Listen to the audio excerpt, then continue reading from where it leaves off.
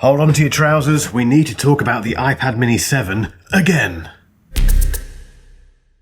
I've had the iPad Mini 7 for about 5 months now, and it struck me the other day that for most of that time, embarrassingly, it spent its life in this drawer over here rather than being used a lot. And that is embarrassing, like I say, because I've spent most of my time on this channel telling you how amazing the iPad Mini is, and when the 7th generation came out last year, I was one of the few reviewers to say, this is great, but something is wrong, and I've worked out that the iPad Mini 7 has 2 major problems and 1 saving grace, which means if you are thinking about buying one, you need to watch this video. And while I've got you, if you haven't subscribed to this channel yet, but you've been watching it for a while, just click that button wherever it is, and if you watch this on the TV, which a lot of people are doing these days, it's a bit of a faff to find that subscribe button. So pick up your phone, whatever it happens to be, and find the channel, hit subscribe, and I'll thank you forever. Well, not forever, but I'll just be very grateful, but basically. Also, if you haven't checked out my completely free weekly newsletter, there's a link down below in the description. You get loads more content from me, you get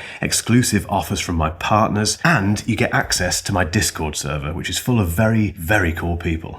And me. Anyway, guys, let's get straight into the iPad Mini 7.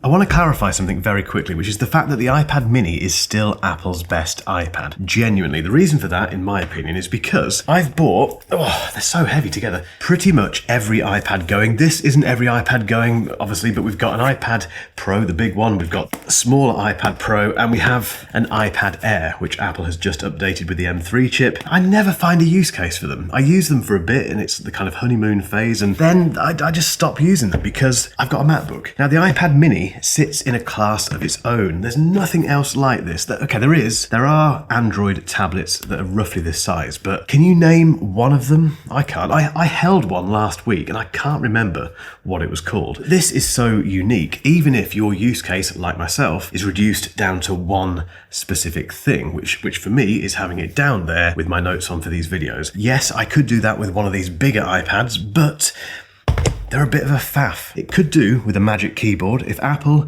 created a magic keyboard for the iPad Mini, it would be perfect. Only it wouldn't, would it? Because of these 2 big problems.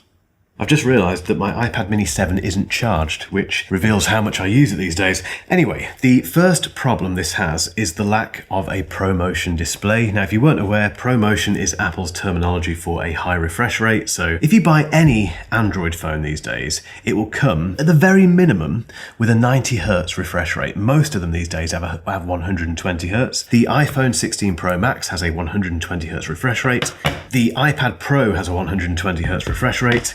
The MacBook Pro has a 120 Hz refresh rate. You can probably see the link between most of those devices. It's the word Pro. And because this isn't in Apple's mind a Pro device, it doesn't get ProMotion, just like the iPhone 16e. Now, I have defended Apple on this quite a bit. When this was first launched, I reviewed it, I kind of brushed it to one side and said, it's annoying, it's a really annoying thing, but the people who are buying this don't care. I can't do that anymore, I'm afraid, because the problem we have with the iPad Mini is much bigger than the problem with the iPhone 16e and ProMotion. The reason for that is because most people who get this phone probably haven't experienced ProMotion. They've come from an iPhone XR or an iPhone 8 or something even earlier than that. So they don't have access, or they haven't had access to a phone with a high refresh rate display, which means this won't feel any different. The iPad Mini, it's entirely conceivable that the person who buys this has an iPhone Pro, or potentially even has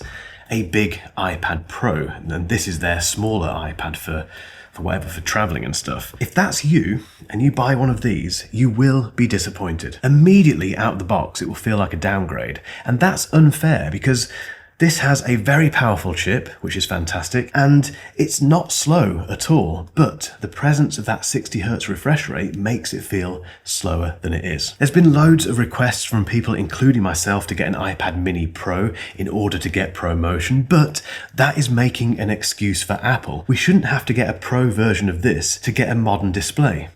Before I get into the next problem with the iPad mini, a very quick word from today's sponsor, which is Paperlike. Paperlike is basically a screen protector which does two things. The first thing is obviously it protects your screen, which is very important if you buy an expensive iPad. It doesn't dull the colors. It's incredibly easy to apply, guys. If I can do it, I've applied loads of them. Trust me, you can definitely do it. But the main reason to get a Paperlike, and the main reason I put them on every single iPad I buy, is because it turns the surface into, as you guessed it, a paper-like feel. And that means if you draw, if you take notes, if you do anything with an Apple Pencil and your iPad, and these work with any iPad version, they've got them for all different iPads, you need a Paperlike, because writing or drawing on an iPad display isn't very nice, whereas when you put the Paperlike screen protector on there, it transforms it. It makes working on the iPad with your Apple Pencil addictive. There's not a single iPad in this studio that doesn't have a Paperlike screen protector installed, and for that reason, I can't stop recommending them. Get involved. The link is in the description.